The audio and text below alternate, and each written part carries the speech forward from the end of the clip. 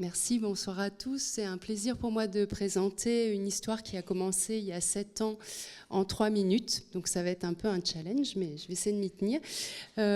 Donc en fait, nous avons conceptualisé un jeu qui permet aux étudiants de 5e année filière officine en pharmacie de réviser les conseils et la médecine des voyages, qui est une science multidisciplinaire et un peu difficile dont les connaissances sont difficiles à mobiliser et à remobiliser.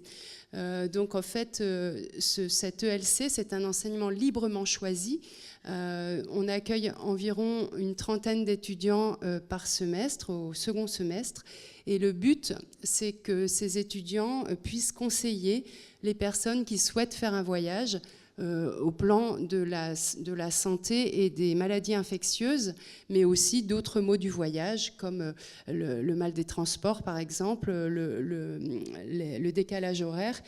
Et le but, c'est vraiment de mobiliser des connaissances pluridisciplinaires que les étudiants ont déjà, puisqu'ils sont déjà en 5e année, donc ce sont des étudiants experts, de façon ludique et pratique. Donc en fait, ce projet a bénéficié dès janvier 2019 du soutien de l'Université de Lille avec un appel à projet transformation pédagogique. Et j'ai eu la chance d'être la coordinatrice de ce projet en essayant d'emmener en réussissant à emmener une équipe d'enseignants-chercheurs, mais aussi d'infographistes, d'intégrateurs multimédia. On avait aussi une ingénieure pédagogique qui nous aidait également dans le planning du projet. Alors, je ne vais pas aller dans le détail de cette slide, mais en fait, tout a commencé en janvier 2019 et après des réunions mensuelles sur l'année, on a réussi en fait à obtenir un premier prototype du jeu plateau. En mars 2020, on a eu recours à une entreprise extérieure pour imprimer les boîtes de jeux. On a collaboré avec Polytech Lille et un enseignant-chercheur de Polytech Lille pour imprimer les pièces en 3 dimensions. Et on a pu proposer le jeu en mai 2020 à nos étudiants. Malheureusement, nous étions tous confinés. Donc lorsque nous avons reçu les 9 exemplaires du jeu, on n'a pas pu les utiliser. Mais grâce à la versatilité de la banque de données des questions-réponses que l'on a pu élaborer un jeu monojoueur en ligne qu'on a pu proposer à nos étudiants en avril-juin 2020. Donc voilà comment se présente le plateau du jeu. Donc nous avons l'infographiste était un personnel de l'Université de Lille, donc tout a été fait avec des personnels de l'Université de Lille, à part l'impression qui a été faite, qui a été externalisée, parce qu'à l'époque notre reprographie ne pouvait pas faire des boîtes de jeux. Ça a peut-être changé maintenant, il faudrait que je me renseigne un peu plus. Donc en fait, le but du jeu, le joueur choisit sa destination, il décolle. C'est le principe du trivial poursuite. Ensuite, il voyage sur le plateau de jeu, il répond à des questions catégorisées sur tous les thèmes qui touchent au voyage. S'il répond positivement, il gagne une valise qu'il met dans son petit avion. Et le but, c'est de rentrer à l'aéroport sain et sauf en ayant répondu correctement à toutes les questions. Les catégories sont les suivantes. Donc, bon, ça touche à l'infectiologie en général, aux maladies infectieuses, mais aussi à d'autres thèmes comme l'hygiène, la prévention. On a aussi une catégorie album photo. On a une catégorie culture générale qui sert à gamifier un petit peu plus le jeu sérieux. On a aussi mis des questions avec de l'humour pour que les étudiants puissent avoir envie de jouer. Donc ça se passe très bien puisque les étudiants en redemandent.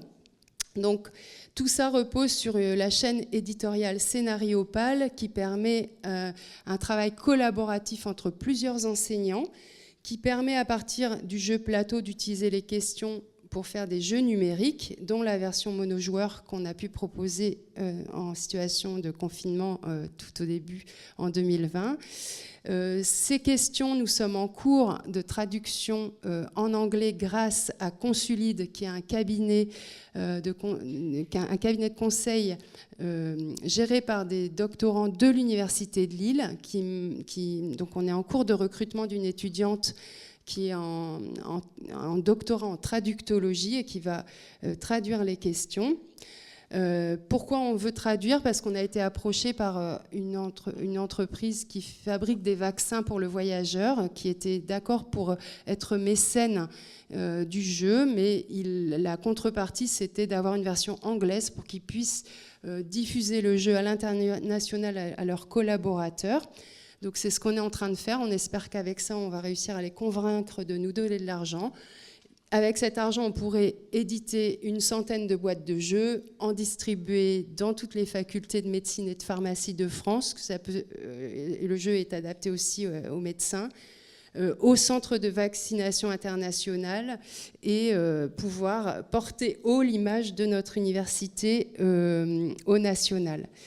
On est en train de travailler sur une version multijoueur grâce à d'autres appels à projets. L'Université de Lille nous a soutenus encore en 2022 pour rééditer les questions, actualiser le jeu, faire une version multijoueur en numérique. Et également, on a eu récemment le soutien aussi de l'UFR3S en 2024.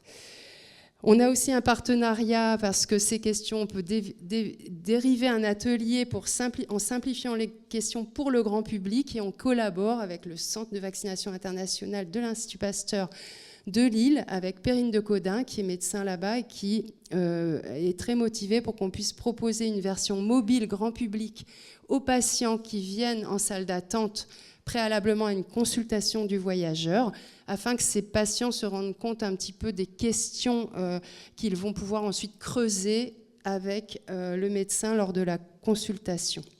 Voilà, il y a énormément de monde qui a participé à cette aventure, elle n'est pas finie, on continue à avancer en collaboration avec énormément de monde. Vous avez tous les noms ici sur la diapositive, je vous remercie.